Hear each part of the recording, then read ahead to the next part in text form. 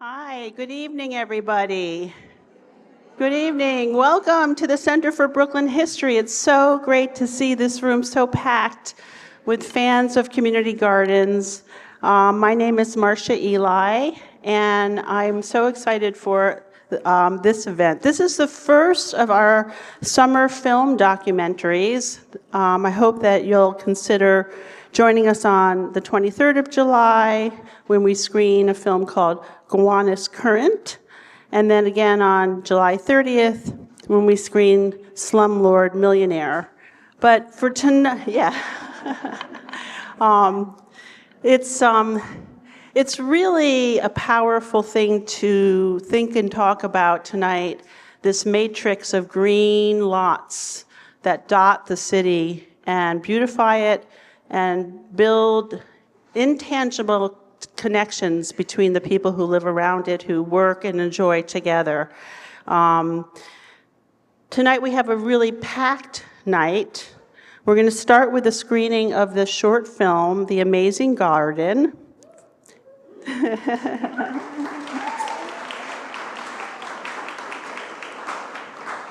And that's going to be followed by a chance to hear from some of the original gardeners who you will see in the film.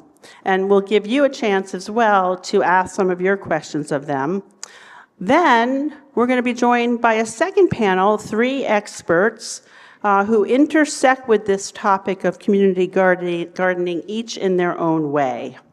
So we start with this very sweet tribute to an amazing garden named The Amazing Garden, which is located at the corner of Columbia and Carroll Streets.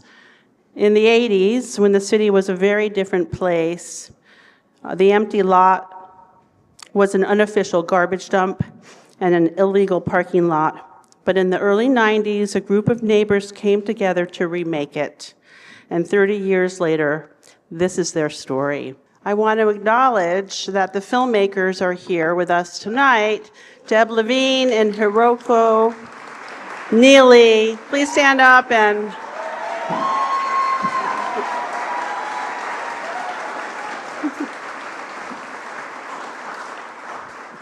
also give you a little behind the scenes information that it was because they did research here at the Center for Brooklyn History that we are showing this film. So, yeah. Yeah.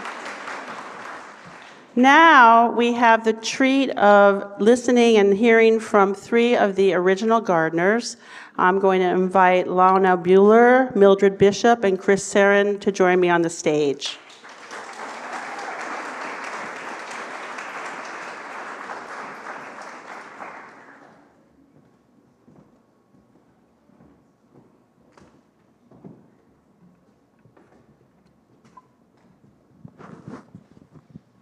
Okay, you're stars. Thank you so much. What a wonderful, moving tribute to the work you did.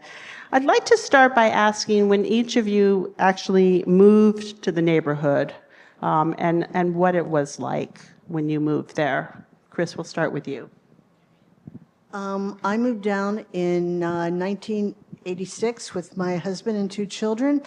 And as my previous landlady said, who lived on the other side of the BQE, she said, Chris, there's nothing down there but wild dogs and crackheads. And I just thought that was silly, but she was kind of right for the first couple of years.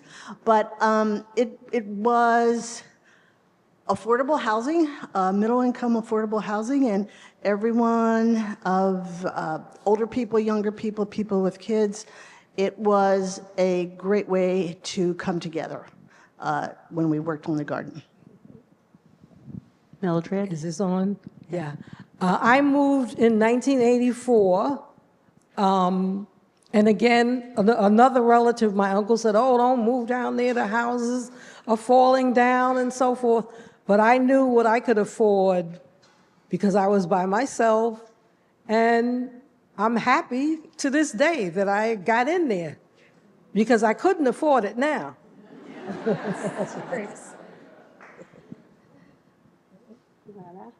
I came in 1986. Hold it up and here. It was, I lived on Union Street at Lana, the time. hold your mic to your. Oh, is that better?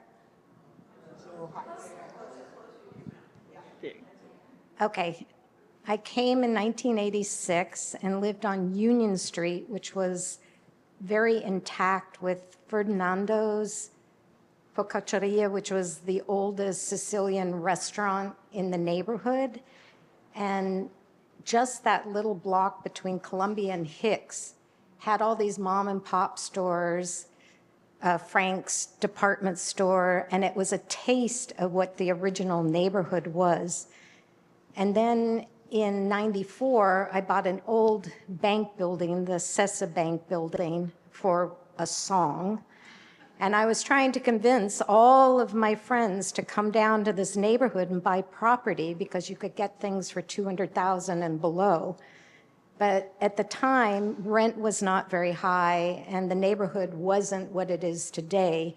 So I didn't convince many people to come down, but there was always such a great community of people, incredibly welcoming. I was like a newcomer because everybody else had been in the neighborhood for decades. My first landlord owned her building. It was originally a pool hall in the ground floor. I lived in a storefront. And then I became involved in the gardens, and that changed everything. We really, as everyone said, became this community and workforce of like 20 individuals clearing these dump sites to become gardens. I mean, what a crazy idea you guys had. I'd love to hear a little bit about this, this crazy idea to take these lots that were full of garbage and concrete and abandoned metal stuff. And I wonder if you could just walk us through a little bit about those early moments and conversations that made this all happen. One of the things I remember when we first started out in probably the spring, and we thought we would have the whole place set up by July. So next July, we were still finishing up areas. So, but that was just an example of people sticking with it and spreading the word. I mean, people would see us working in there and say, "Hey, what's going on?" And then they'd show up a week later. So it was really a big team effort. And I'd also like, to just say that there are many people who are not here anymore, but I wish they would be here tonight just to remember what they accomplished as well. No, you're not. As we were working when you start out with a few people, and then as people pass by and they see, what are you doing? What are you doing? Come on in, join us. And this is how we got people to come in and participate. You were always saying, come in. And we sometimes, even afterwards, we would have, not eat in there, but we would, once we finished working on that, then we would have cookouts and barbecues and stuff like that. So, and anybody passing by, we would say, come on in, join us. And so that's what the amazing garden and the friendliness of the people that were participants in that garden. So that's what helped us to grow. The other thing that we did, I'm the coordinator at the Human Compass Garden, which is another garden on the corner of Columbia and Sackett Street. And we worked collectively. So it took like 20 people in the beginning to start these gardens. So we all started with the Human Compass Garden. That's the oldest established garden. It's over 30 years old. And then when that became what we saw as a potential garden, we moved on to the Amazing Garden. So we collectively did it with neighborhood people. 20 of us at least became like this team. And it was such a rewarding experience to see a vacant dump site become these beautiful gardens that brought the community in. They really were our outdoor community centers. I ran an Art in the Garden children's program for 15 years. I wrote grants, had different artists come teach the kids. I'm an artist, and when I started talking to young families who told me that there's no longer art and music and all of these programs that I grew up with in school, I just thought that was a tragedy. So I wanted to start a program that brought young families and children to the garden. And that's just the way we did it, just by coming together and going garden to garden. It was the Amazing Garden, then the Summit Street Garden, then the Backyard Garden.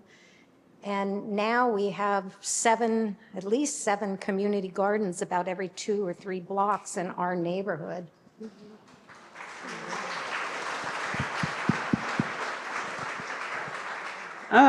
What's the story behind the name? Can you tell me a little bit about how you came up with the name, The Amazing Garden?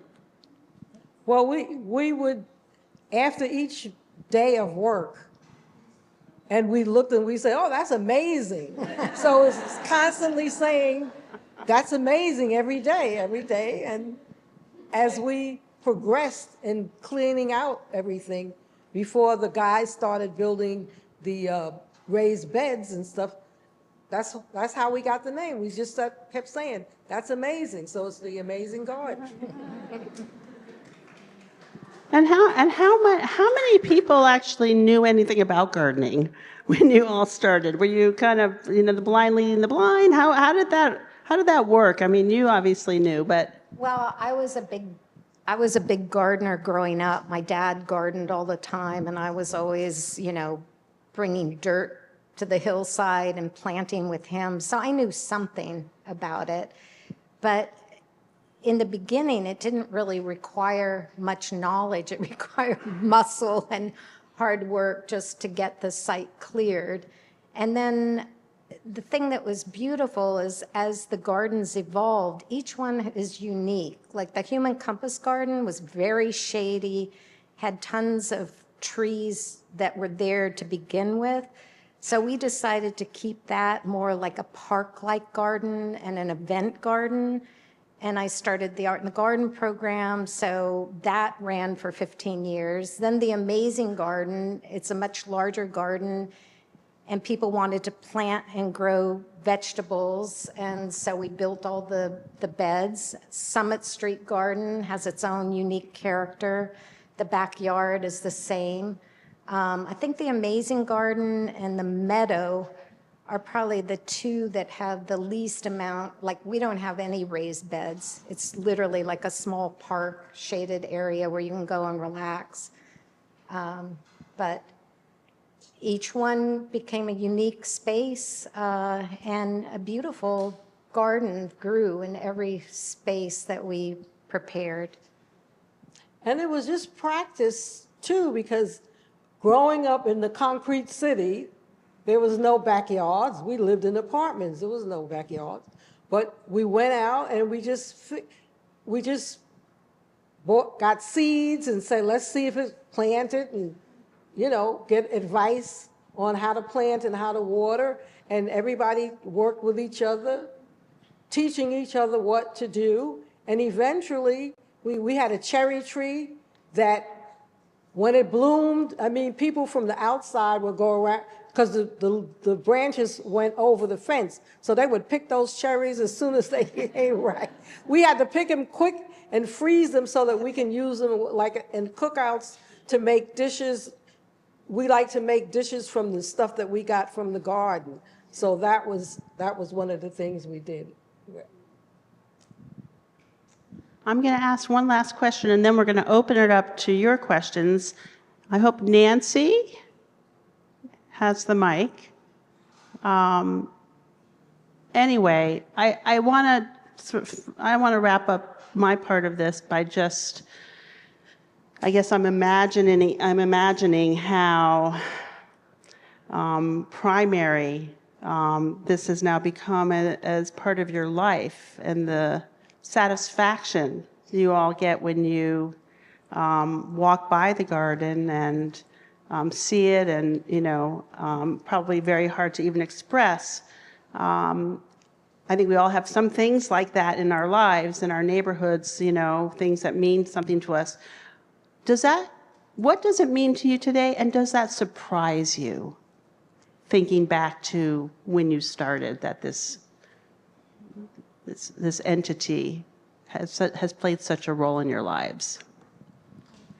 The things I remember that made all the difference was working with sanitation, who said, "Yeah, we'll take that stuff. Don't fill up big bags. Keep it small," and they were great. I mean, it made a big difference of getting rid of everything in there, and. I grew up in the suburbs. We had a big backyard. My mother had a beautiful flower garden. My father had a very large, unsuccessful vegetable garden. And, but I think that was an example of how to do things and that it can be fun. And, the neighbors on each side used to come and ooh and ah over Mom's flowers and just pat my dad on the back. But, it was a great way to meet people, and that's the thing I remember most of all, is it was a great way to meet people and become friends 30 years, still be friends 30 years later. What I found exciting was, like, if you wanted to cook, if you decide you're going to cook, you can go out to the garden and pick some basil or whatever spices that were growing there. Right now, tomatoes are coming up in my space. I got one corn. Hopefully I got one corn. Yes, it's very high, right. And so it's just amazing to see, for yourself in real life that these things are growing up. Corn and I planted cabbage and peppers and tomatoes. Everything is coming up. It's just blooming so nicely. So it's nice to see. Yeah, for me, it's the lasting friendships. I mean, we've known each other all these years. The kids I used to teach, they started with their siblings. Some were 2, 3, 5 years old. Now I run into them and they're in college. Their parents are still in the neighborhood. We're very lucky as a community. It was hard to get people to come down there in the beginning, but once people move to the area, they stay. I mean, it's a beautiful community with, you can hardly walk a couple of blocks when you're going anywhere without running into someone and having a conversation. So the garden is wonderful in that sense, but I do want to say it's a lot of work to this day, not just clearing and growing, but the maintenance of the garden takes a lot of effort, and we're always trying to get people to come to the work day. And we entice them by saying, we'll do a potluck after, or this event, or another event. But maintaining gardens, it's all volunteer work. No one gets paid. Some people say, gee, great job, but it's out of the love of our community and being outside that's kept these gardens going. That's great. Questions from anyone here? Yeah.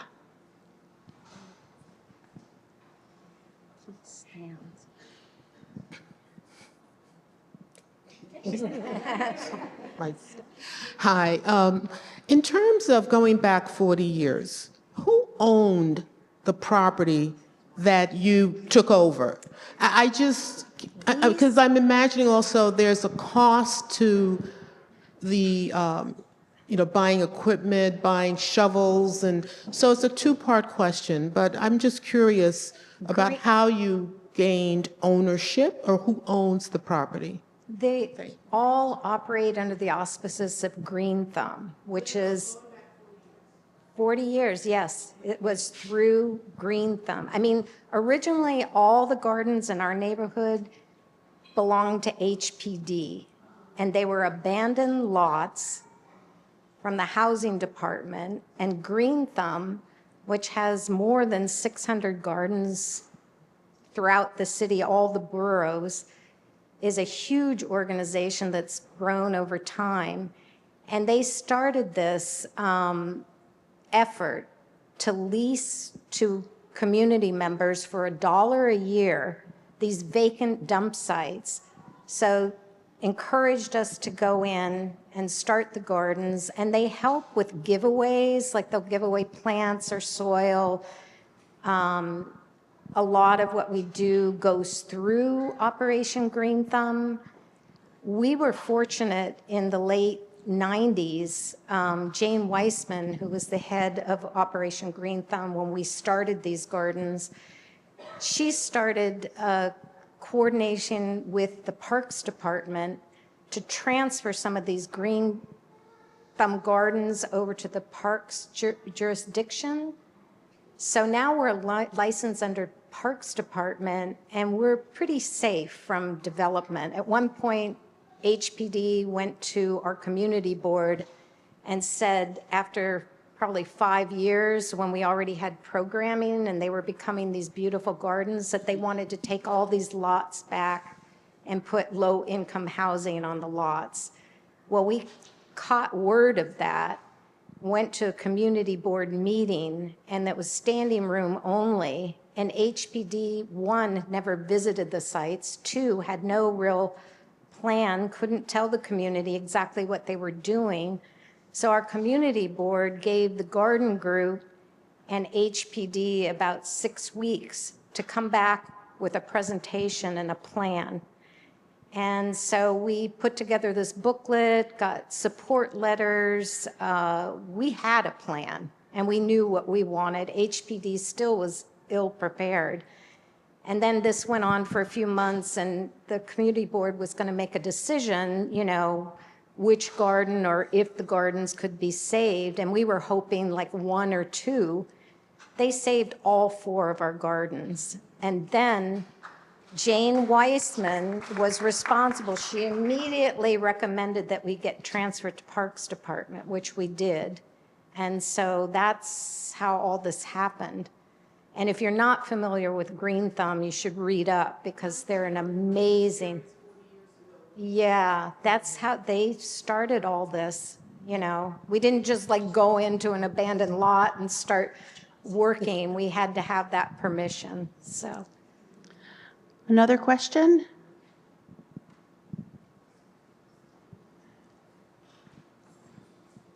Thank you. Hi there. It's an amazing thing to go into a space and see something that isn't there. And the folks that started the garden, what great vision they have. And what's even more amazing is to agree on what that future is to be. and it's wonderful that the folks did that and added that treasure to the neighborhood. I wonder if some of the other founders are in the room. Are there other people here that have found? Why don't you guys get up and accept a hand of applause for what you've done?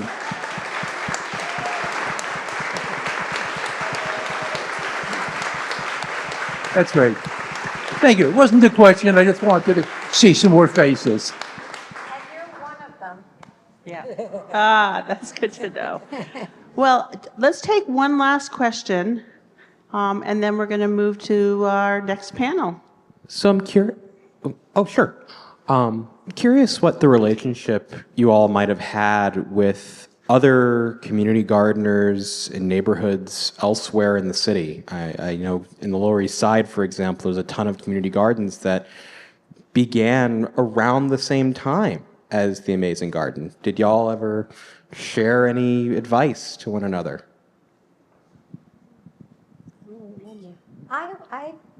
I've been to many garden events on the Lower East Side in the beginning, and we did share ideas. Operation Green Thumb has an annual meeting where gardens throughout the city come and they meet, so you meet a lot of people there. Unfortunately, I've forgotten the name of the garden, but there was a garden that was established for 23 years that got bulldozed for housing. So there was a time when that started to happen, and Green Thumb and the Parks Department, the gardeners, the community tried to save all these gardens, but some of them didn't make it. So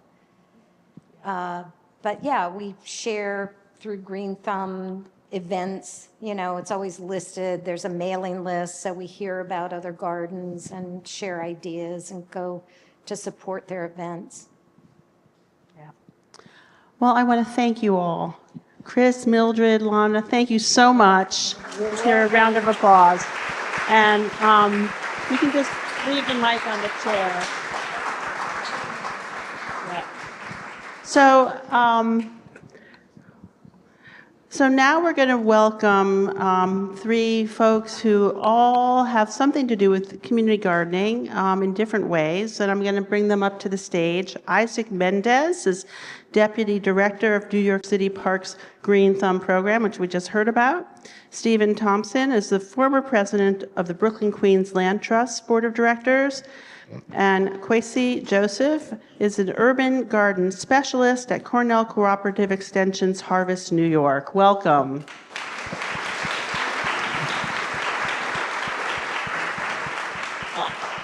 So let's start by just having each of you in a few sentences describe how you intersect with this topic of community gardening and what your own journeys are that led you to this world.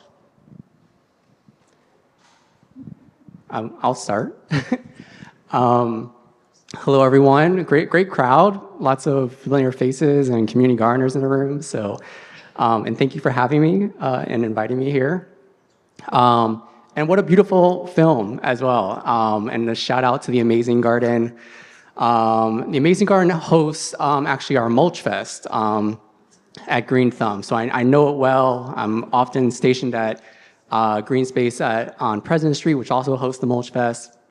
Anyhow, my name is Isak Mendes. I'm the Deputy Director for Green Thumb. You were a wonderful spokesperson for Green Thumb. Thank you. We support over 550 community gardens. We're getting close to that 600 mark. Over 550 community gardens citywide. And about 380 of those community gardens are on Parks Department property or Parks jurisdiction. And those are licensed with Green Thumb. We could talk about more about that later. Those 550 community gardens, if not on Parks property, are in Land Trust, Brooklyn Queens Land Trust, other land trust property. They are registered with Green Thumb and have access to our resources that are provided by the city.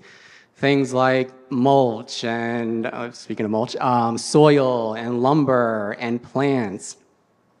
We have annual events like the Green Thumb Grow Together that you mentioned, which is just this conference for community gardeners to network, see workshops, and attend classes. I lost my train of thought there. So yeah, we support 550 community gardens citywide. We provide material support and also technical support as well. I don't know if I should pass it and then, okay. Oh, there you go. All right, thank you to the Center for Brooklyn History for inviting me and for the opportunity to talk about the Brooklyn Queens Land Trust work, and also congratulations again to the Amazing Garden and the filmmakers. So I knew I wanted to be a community gardener since I was very young. One of the first chapter books that I read, probably when I was 9 or so, maybe a little later, was called Seed Folks. I really recommend it to anyone who has a older child or young adult. It's called Seed Folks, and Folks. And so that taught me about the movement. It's a novel, and so I knew from that very early age that I needed to be part of a community garden. And in graduate school, I studied how cultures of agriculture traveled from the south to northern cities and resulted in the community garden movement. And then about over 10 years ago, I found out about a plot that was becoming available at my local community garden in Crown Heights, the 1100 block Bergen Street community garden. And I lobbied hard to get access to that plot. And so it required volunteering and attending meetings of the Brooklyn Queens Land Trust, that is the nonprofit that has the deed to the garden and stewards and protects a few dozen community gardens in Brooklyn Brooklyn and Queens. And so I served as a member of that garden for 10 years, and it was incredibly rewarding, just as we heard from the community gardeners a few minutes ago, of how meaningful it can be to both connect to the earth and to one another. And I was part of that garden for 10 years until a year ago I took a job that required a lot of weekend events. So I had to step back and pass the torch to the next plot caretaker. I'm not here speaking, I'm only speaking on behalf of my role with the gardeners and the garden, not my day job with the city, just to have that on the record. But anyway, while I was part of that garden, I became more and more interested in contributing to the overall structure and organization of the Brooklyn Queens Land Trust, and I joined the board, and I served 3 terms on the board and was term limited out last year. I still continue to volunteer with them, and yeah, it's an honor to have played a small role in the incredible movement of community gardening in the city. Kwesi. Oh, my story isn't that straightforward. I started gardening in 2011 because of stress. I was stressed out, didn't know what was going on, and we got access to the first floor garden, and I didn't know what I was doing. I have a degree in geology, but the only thing I knew about gardening was the O layer, that's the organic layer. I didn't care about the earth. I remember wearing a t-shirt saying, "Earth first, we'll strip mine the other planets later." So, you know, I was ignorant, and I had a lot of learning to do, and there were a lot of bugs on the plants, and they weren't growing well. And there was a community garden a couple blocks away from where I lived, and it's Hattie Carthen, and I learned from Yannette Fleming for several years. Eventually, I became a master composter, and it's after I got that certification that she allowed me to be the compost manager at the garden. And I remember the first few times she watched me like a hawk, you know. But I understand, because that compost was going to be used to grow food that she sold for the CSA, so it was critical that I did it correctly. So I earned her trust. I did that for 6 years.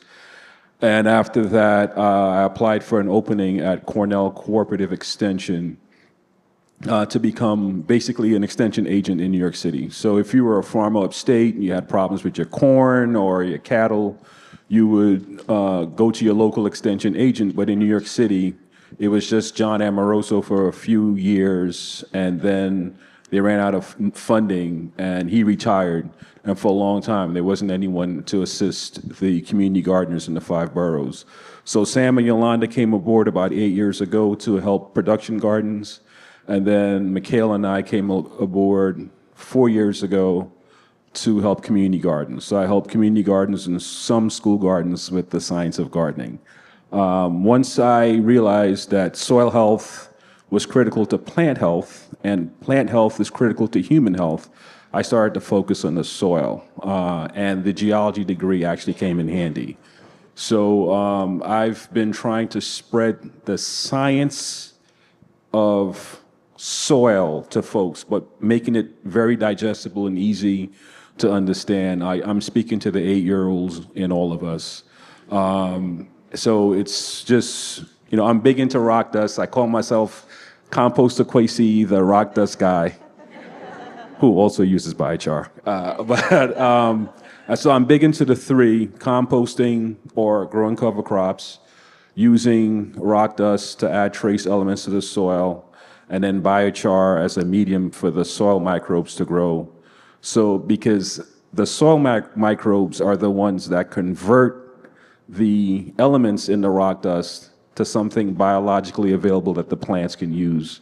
So it's all a symbiotic thing. So it's about taking care of the life in the soil. The life in the soil will take care of the plants will take care of us. That's great. Yeah. You want to say something?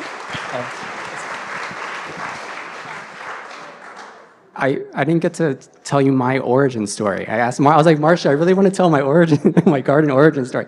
So before coming to, I've been with GreenThumb now for 10 years, and before coming to Well, let me start from the beginning. So, are there any 615 community gardeners here? Well, I was raised on the 615 community garden, not far from the amazing garden. I grew up on 15th Street in Park Slope. I'm a Brooklyn kid. And my mother was a member of the community garden. She didn't have a plot, but liked bringing her food scraps over to the garden. And me and my sister, she was a Park Slope Food Co-op member. And vegetarian, so we had tons of food scraps. And then this time of year, the fruit flies would start to gather inside of our 4-story apartment. And I'd be like, Mom, can we just throw it out? Can we just put it in the trash? And she's like, no, we need to bring it the 2 blocks down to the 615 community garden. And so eventually we would take the bag off of the kitchen sink of the food scraps, walk it down to the 615 community garden. If you've never been, please go. There's a beautiful, wonderful willow tree that stands out. And we brought the food scraps, and then, I was a kid, and to learn that, we're talking about composting, that the food scraps are going to be turned into soil that then you can use. You don't have to buy soil. You can make your own soil and compost. And I was just kind of taken into the country, basically. I grew up in the city. I didn't love the city. And it was just a total respite when you go down to the 615 garden, the willow tree, composting, raised beds. There's a pond that is powered by a solar panel. Tracy, who's still involved in the garden, would teach about how to harness solar energy. And so I knew from that moment, I didn't know I was going to be working for GreenThumb, but I was like, this is the kind of work I want to do. So I'm definitely a child of what you all did at Amazing Garden. So I stand on your shoulders. I have a job because of all of you, all the community gardeners in the room. So thank you. So I wanted to tell that story. Yeah. Glad you did. That's a great story. So Lana and Mildred and Chris talked a little bit about their what it was like in the 90s and beginning your garden. And, I really loved, a lot of this that you, Stephen, it was a really different city in the 80s. I was here then. It was really different. There was a lot that was abandoned. There was a lot of buildings that were abandoned. There were a lot of lots that were abandoned. The government was sort of checked out. And I'd love to talk a little bit about the role that community gardens played in developing neighborhoods during those decades, in the face of a city whose governments had really abandoned neighborhoods. How did the community gardening movement fill the vacuum? Sure. So a bit of that history, which we've all heard many times, though, but with the post-war land use policy, redlining, there was a plan essentially for, among city leaders, that there would be a decanting, a depopulation of a lot of the city in order for it to be viable economically. With the bankruptcy in the mid-1970s and the collapse of services, there was the waves of arson and also just mass flight, and the government was aware of that. They hired the Rand Corporation in order to create data models to help determine how many people they wanted to leave each neighborhood, so that they could therefore decrease the amount of services in order to balance the budget.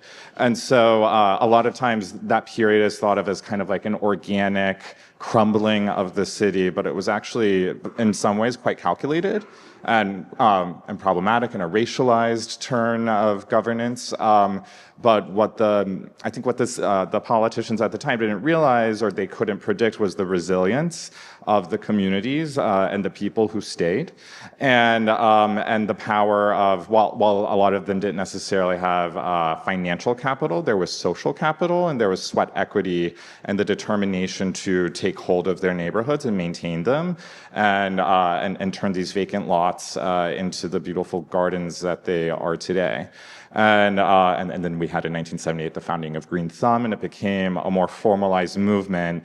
And I think, and it's an embodiment of so many like cultural and political tides of government backing away, community activism that was part of the 70s and 80s, and also sort of the crystallization of local movements in order to fill the gaps of government. And you see that with parks conservancies, community gardens, because people know their neighborhood best and maybe know how to serve it the best. But it wasn't always easy going. In the 1990s, Mayor Giuliani began to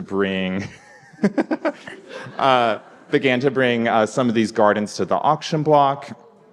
And luckily, there was the heroic intervention of some key people and organizations. The Trust for Public Land bought the deeds at auction for dozens of community gardens throughout the 5 boroughs. And in order to honor and maintain the spirit of self-sovereignty that was the genesis of these gardens, the Trust for Public Land spun off individual nonprofit organizations that would govern the gardens rather than be overseen by a national organization.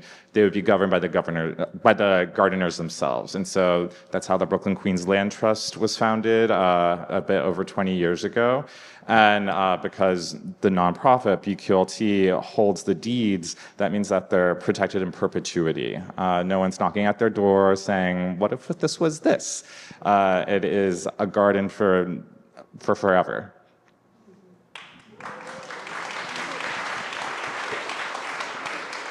So let's talk a little bit about then today. I mean, it's a really different scene today around land use in New York City, and I'm wondering whether if you could speak to what you're seeing happening in terms of the tension related to open space and our housing crisis. And that's really for anybody that has thoughts on what you're seeing.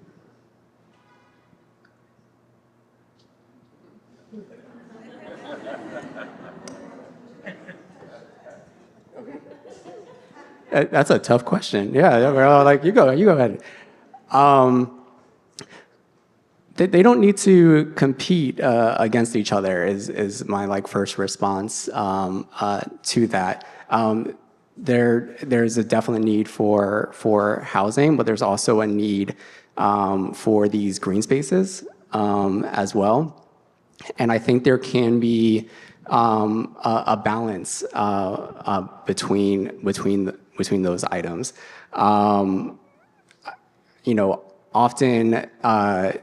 in the face of housing, there's talk of having rooftop gardens, which are great, but we need these green spaces not just for the environmental impacts, but also as social spaces as well. So. To speak for GreenThumb, we feel strongly that there can be a balance between the two. Yeah, I would agree. I think that's a false alternative to suggest, if we turned all the community gardens into affordable housing, then that crisis would be over. And the thing is that we, as New Yorkers, we face multiple crises. There's a crisis of public health, and community gardens have a role to play in that, not just in providing fresh air and fresh food, but also social connection is an important part of public health that we don't necessarily always think about as much. And also, I'm speaking as someone who's been involved with the Brooklyn Queens Land Trust, there are alliances that can be formed that are pro-housing, that with the land trust movement. There's, for example, the East New York Community Land Trust that is doing housing development. And that follows a similar strain of thought of collective ownership and determination by the community of how land should be used. Sometimes it's a community garden, sometimes it's housing that's best for that particular lot. And then there are also particular land use instruments in which community gardens can be partners in housing development. So, for example, a garden can, or the owner of the garden, they might be able to transfer air rights, which allow for housing development elsewhere in the neighborhood. And so they're really not at odds. And also, I think while we're talking about housing, we should think more broadly about habitat and the species who share their habitat with us. And these gardens serve as housing for a lot more than gardeners when they go in every few days, but for the insects and butterflies and birds and animals that are receiving their housing needs there as well.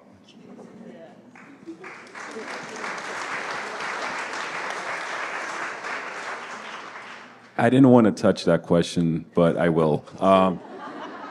What I don't like is that the gardens are used to attract people into a blighted neighborhood or a block. And then that neighborhood develops around the garden, and then that garden is sold off. So it's almost like bait and switch with the community members, right? Because they're literally putting their lives in sometimes toxic environments to clean it up, make it a place where you can grow nutrient-dense food, and then because of having this green space, which is extremely important in a dense urban environment, you didn't remove it because it can, make a little bit of money. But green space is critical to mental health. There's Shift, the Cornell Institute for Healthy Futures. I spoke to the director, who's a landscape architect, and she's written papers on an increase in green space decreasing crime, and an increase of green space improving mental health, decreasing stress. So it is also beneficial to the city to have green space. So yes, housing is critical, and the thing is, there are other places where housing could be developed, but they choose the popular areas where the gardens are. I just want...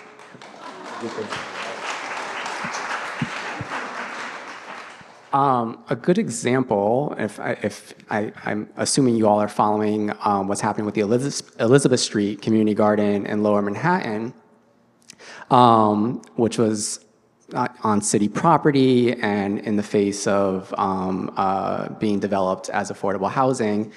And because of the advocacy of the community, of people like you that are in the audience, it's going to be saved. I mean, there's more to come on that, but ultimately they're going to save. They're going to save the Elizabeth Street Community Garden, and I think I think our elected officials and the city realize that there could be a compromise. We don't need to just say, okay, we're going to build housing here, and that's end of story. But they took a look at the space because of the advocacy of the community members.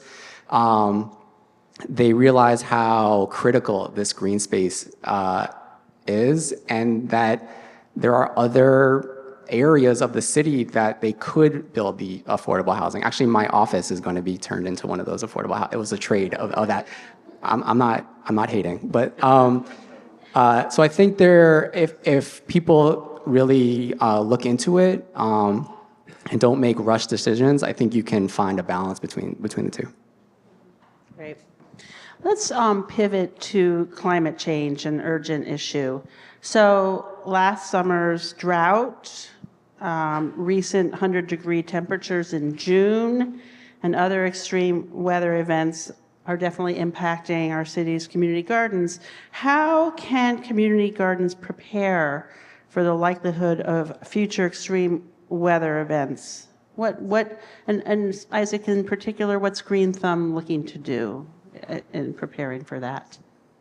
Thanks for that prompt. Well, I think first, community gardens and community gardeners are preparing or taking tactics without even knowing it sometimes. Many of them do know what they're doing, but many of them are just by the mere act of community gardening is a response. You're collecting stormwater runoff by creating these green spaces. We have vacant lots at GreenThumb that we've converted to community gardens where there was asphalt and concrete that were non-permeable surfaces. They've been converted to community gardens, and now stormwater has a place to run into instead of into our oceans and into our wetlands. The drought freaked me out. last summer. I was just like, I was telling my kids like, easy on the water. And the community gardens and GreenThumb too. We started talking to our sister agency, DEP, Department of Environmental Protection, about rain barrels, getting more of those out to community gardens. Community gardens are already doing it. They're doing rainwater collection. And so when we face these droughts, and sadly we're going to be facing more of them, one thing that GreenThumb is doing, and our gardeners, who are always ahead of the game, they're collecting rainwater, they're composting. Just creating the green space is a response to climate change. So. Okay. All right. I'll try to keep this simple. Green space is critical because the plants, the trees, they reflect sunlight. And in an urban environment, that's critical because of the heat island effect, right? Concrete holds more energy than the plants do. So that reflectivity is called albedo. So you have to increase it in an urban area. Also, you have to control the movement of water. The waters also run into our basements, right? So, okay, in climate change, what's going to happen is rain is going to be increase and decrease depending upon the area. So you're going to have more flooding, and the faster water flows, the less it infiltrates, it just flows horizontally. So it's going to get to the sewer system faster, and the low-lying areas are going to flood. So you want to increase the time it takes water from touching the surface of the earth after it comes from a cloud. The time you want to increase that time it takes to get to the sewer. That's the lag time. So you want to make that as long as possible. So the more plants that you have, those roots will slow the movement of water, and that's very critical. So also the storage of water is going to become critical. So we just can't let that free water flow into the sewer systems when it could be used in the garden. So bioswale, stuff like that, rainwater collection is very critical. And also the organic matter percentage of the soil is critical because organic matter stores water. If you increase an acre of land is about the size of a football field. It's a little smaller than the size of a football field. But if you increase the organic matter by 1%, which is a lot, that acre of land can hold an additional 20,000 gallons of water, right? So for farming on a large scale and community gardening, increasing the organic matter is important. Now, most garden beds are 100% compost. So that's not an issue. It's all organic matter. But also using biochar, that carbon also holds onto water. So the water holding capacity of the soil increases. And carbon sequestration is another thing gardens can do because the soil, especially rock dust, basaltic rock dust, the carbonate in that rock will slowly pull, I forgot the element, but it will slowly remove carbon from the atmosphere. So using biochar, using rock dust, they will slowly remove carbon from the atmosphere. The only thing I don't like about carbon sequestration or enhanced weathering, that is another term used for it, is that it's sold or it's presented to the public as an equal exchange, meaning the amount of carbon that's being pulled down from the atmosphere is somehow equal to the amount of carbon being released into the atmosphere by factories, and they're not the same. Carbon sequestration is a very slow process, and it's not as fast as how much we're pumping into the atmosphere. But it does help. So, and gardens can help with carbon sequestration. I know it was a lot, pardon. Yeah. Yeah. Sure. Yeah, I'm not a climate scientist, but I do know that we can't survive the climate apocalypse alone, and so that's one way that community gardeners are responding is by helping each other out. And I've seen that through my work with the land trusts is that yeah, not only are the gardens absorbing water and providing other ecological benefits, but the gardeners are helping each other navigate the difficulties. And so I remember, I think it was the summer 2021, there were those two superstorms that hit, Henri and was it Irma or Ida? Yeah, and woo. And so all of a sudden these sinkholes appeared in gardens, and so that required fundraising and engineers to fix that. But also in the immediate aftermath of these storms where people's homes were flooded for the first time, the gardeners were reaching out to each other and helping each other out and cleaning and restoring the homes. On a super hot day, I see on the group chats, gardeners are checking in on each other. These are, of course, very intergenerational spaces, and older New Yorkers are the most at risk to high heat. And so the gardeners are saying, like, hey, does everyone have access to water? Does anyone need a room with an AC? And so I think that that's a way that the social network of community gardens are also responding to climate change. So I'm going to ask just a couple more questions, and I'm staying with science. Kwesi, you are an expert, a master composter, a soil health expert, and and a teacher. And I'm wondering what you find is sort of the most common misunderstanding or thing you need to teach when you work with community gardens that they don't understand. Sure, I got to check my notes, pardon.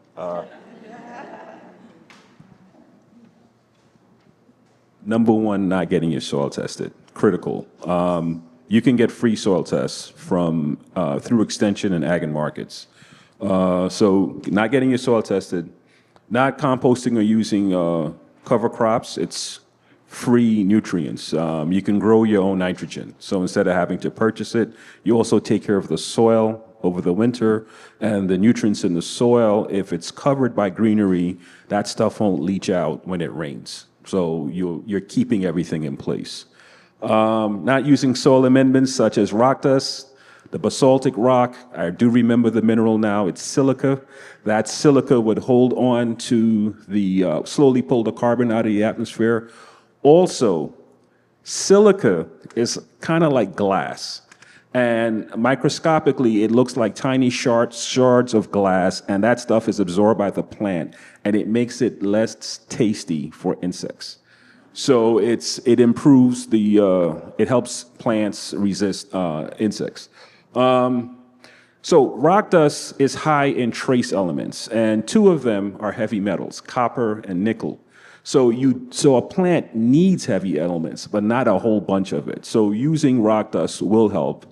And the metal beds, they work, and you'll save money. So there's an upfront cost, but they last about 20 years compared to regular wood, which is 3 to 5. And I'll end with cooperative economics. A lot of gardens, some function well, some are very dysfunctional, but most of them don't work together. And so learning how to work together and also how to become politically active is critical for gardens. So it's not just about growing food, it's also about being politically active. So I'll say those things that I've noticed at gardens. Great, thank you. So here's my last question, and then we're going to open it up to all of yours. I wonder how you're seeing community gardens changing now. It's a new generation. A lot of people who found it are aging out or moving or doing less work. And, there's a lot of other dynamics happening within our city, gentrification, the very beautification of neighborhoods leads sometimes to displacement of the people who created that beautiful garden. And so, and new people are moving in, a younger generation. And I'm wondering whether you all can reflect a little bit about what that new generation brings in terms of their outlooks and their ways of working, whether things have changed, the character of the community gardens. How does it look as you project into the next 10 years in terms of the community garden fabric and movement? I'll start. It's a lot to unpack with answering that question. I think community gardening in general is trending, and that's just great. It's I think a lot of people want to grow their own food, get their hands dirty. Like the other panelists have talked about, these are social spaces. People are meeting their partners and gathering. These are political spaces as well. I've been with GreenThumb about 10 years. In that 10-year period, it's just been an upward trend of interest. In particular, since COVID, since the height of COVID in 2020, we saw an immediate or a growing interest in community gardeners. It was a chaotic time, and simple things like getting groceries became challenging. And we saw food pantry lines lining up, and we had our community gardeners reaching out to our office saying, I want to grow more food for the community. I want to, for my members and just for the community at large. How do we get more soil? How do you get us more plants? And we were able to figure things out and get them more soil during that time, despite everything. And I just noticed that since that period, it's just been a growing interest in community gardening. And then in terms of the generational divide, it is something there, or there's a tension there. It's challenging for our young community gardeners. They're bringing innovative ideas. They're socially active, politically active, which is wonderful, and they're advocating for these green spaces. And again, I think there's a balance there. I think for the new gardeners that are coming in, it's when you're joining a community garden, it's paying tribute to the founders, and not just knowing that your presence there is not going to push them out and kind of respect them. Sounds corny and cliche, but I think our young gardeners, I'm getting older now, so I can still consider myself a young gardener, have to acknowledge that and respect the founders. But it's hard for the young community gardeners as well, because this city is super expensive, and to volunteer time, like I said earlier, we have 20,000 volunteers, and to be a young person in the city and have a full-time job and be able to volunteer your time in a community garden is really difficult. So I think, again, if we all kind of acknowledge the founders of these spaces and acknowledge the challenges for our young gardeners as well, I think we can thrive. Yeah, it's a really interesting question of changing populations and demographics and the role community gardens play in that. I think that, I remember in the garden that I was part of, the number of times that I was trying to carry a shovel or a bundle of twigs, and then would be stopped by someone who was assisting an influencer photo shoot or trying to book a music video. And so it's an aesthetic, and community gardening and the look of it is easily fetishized. And when in reality, it's a ton of work. And so I think that a balance can be struck, and I think it's important to honor the founders of these gardens who had the vision and they put in decades of work, and I think that it's important for newer members to resist introducing too many digital tools. I've heard so many times of new members running and saying well, we set up this Google Sheet with the survey that connects to the Slack channel, and I'm not sure if you missed my WhatsApp message, but you left the water on. And so I think that technology can be helpful in organizing people, but remember there was a time where it was just understood we show up on Sunday afternoon and we weed. And then I think it's also good to think about being intentional and cultivating the next generation of community gardeners. With the Brooklyn Queens Land Trust, they worked with the Land Trust Alliance to fund an internship program that brings New York City high schoolers into the gardens for educational exercises and volunteering and meeting with the garden elders and then exposing them to what urban agriculture can be for a lot of students who are inside on their phones for way too much of the time. And so that's not only teaching them how to be community gardeners, but it also is showing how there is workforce development opportunities in the community garden world. And we don't have to just passively complain about new members of the gardens. We can find the ones that really mean it.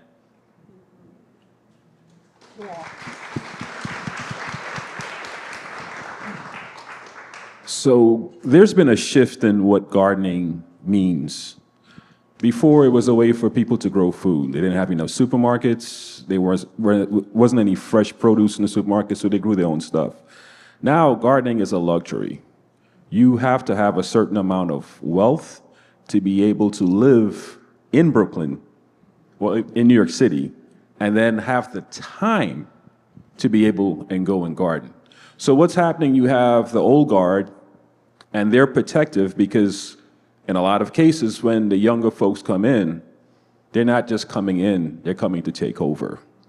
So the old guard, they're very protective of letting folks in. Even I've heard stories about, access to keys and stuff like that, because it's common, because, the young folks come in, not always, but I've heard it at several gardens where people come in, take over, kick the old folks out. So the older folks are protective of their gardens.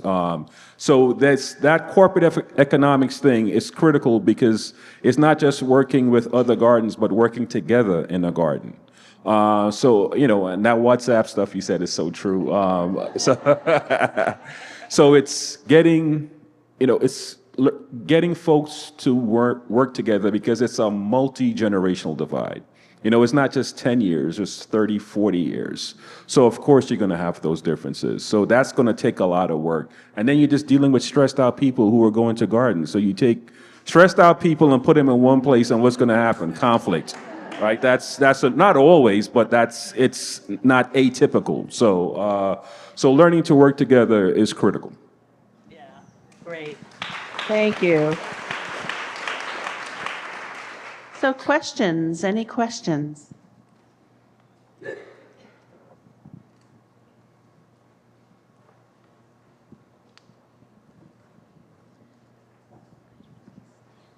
Okay, sure.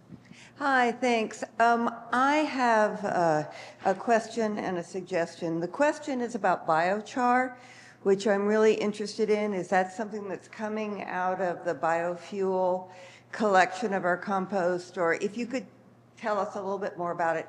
And I would just like to encourage everyone in the room to view all our city street trees and tree pits as potential little mini gardens where maybe there is going to be a little bit less conflict, right? Because if you're willing to get out there and weed and plant a tree pit, I don't think anybody's going to argue with you. So anyway, just a thought, but biochar is the question. Okay, I'm glad you asked. Let's take a weed, Japanese knotweed, right? It's invasive, it's all over. You take that, dry it, burn it in a low oxygen environment, it becomes almost like charcoal, a carbon-rich material, and that carbon is a perfect place for the life in the soil to grow. And that carbon, if you were to mix it with compost, that carbon would need to charge for like 2 to 3 weeks. All right, it's like a bear hug. It's holding everything in, and then it will slowly release those nutrients. So it's a great way to protect the stuff in the soil, and also for the life in the soil, the bacteria in the soil. It's a great substrate for it to grow on. So I'll give you a perfect example. In the Amazon, it's called terra preta, about 5,000 years ago, in rainforests. In the Amazon, it rains a lot, right? So that soil is garbage because all of the nutrients have leached out. But the native population there, they did the burning, and that soil is still fertile to this day, right? So the biochar holds onto the stuff, and it also allows the bacteria to grow. And the bacteria in the soil is as important to plants as the bacteria in our stomachs are important to us. And it's expensive to buy. I'm working on a program. You can purchase it, but you don't have to use a lot of it.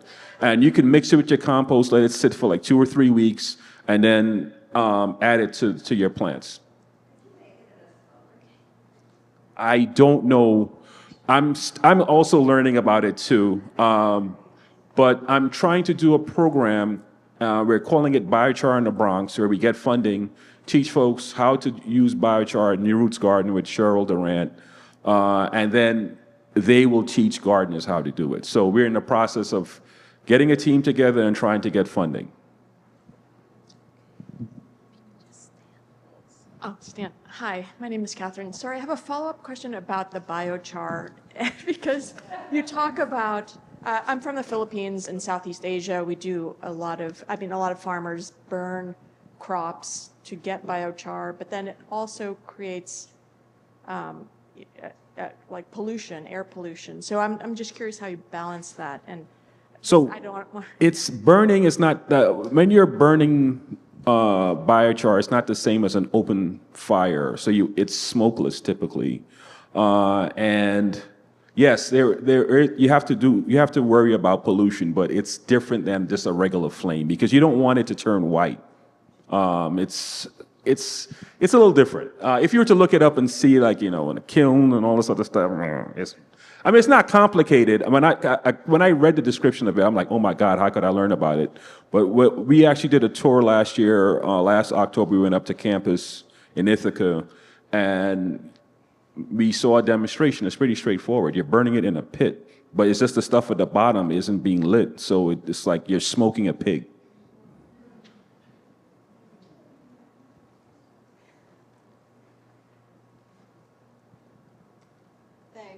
So this is still on the science front. So I'm just curious, and probably we're also members of the garden, and probably other members of the garden know the answer to this, but I don't. So I'm just going to take advantage of the fact that. Sorry, I'm just going to take advantage of the fact that you're here, but I'm not speaking for my whole garden because they might know the answer.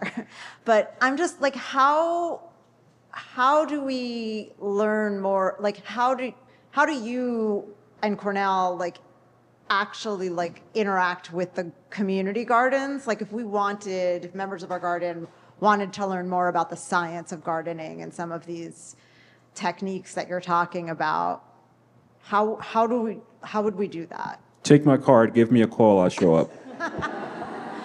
So for the other members though, how do you just reach out to? Yeah, my job is not to tell you what to do and how to do it. It's a relationship. You have to trust me. I'm a strange person coming from a university that has a reputation for being extractive. So it's we have to build that trust, and then I just do workshops, whatever you need. So, whatever you need that I know.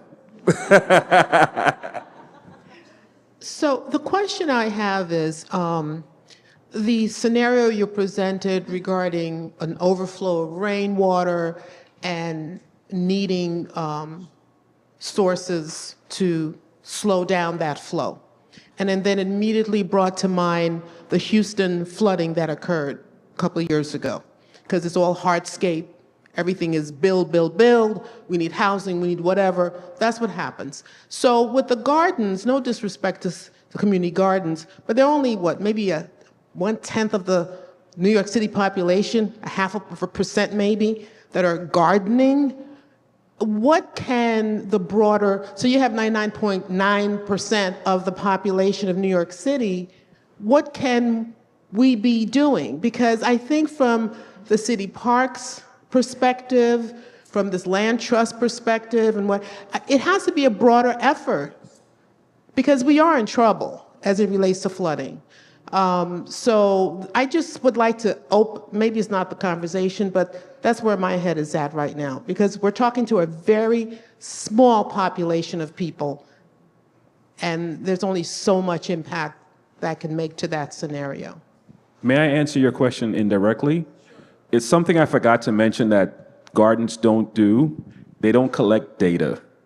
And by quantifying what you do, you can affect policy, and you could apply for funding. And it's not an equal, I don't think it's an equal thing where if it's 1% gardens, then it's going to decrease the water flow by 1%. I think that decrease will be more than 1%. And that has to be a governmental thing too. It's not just the community gardens, but government has to invest in making stuff more porous so water could come in and settle. Which part of New York City government has control over that? I don't know.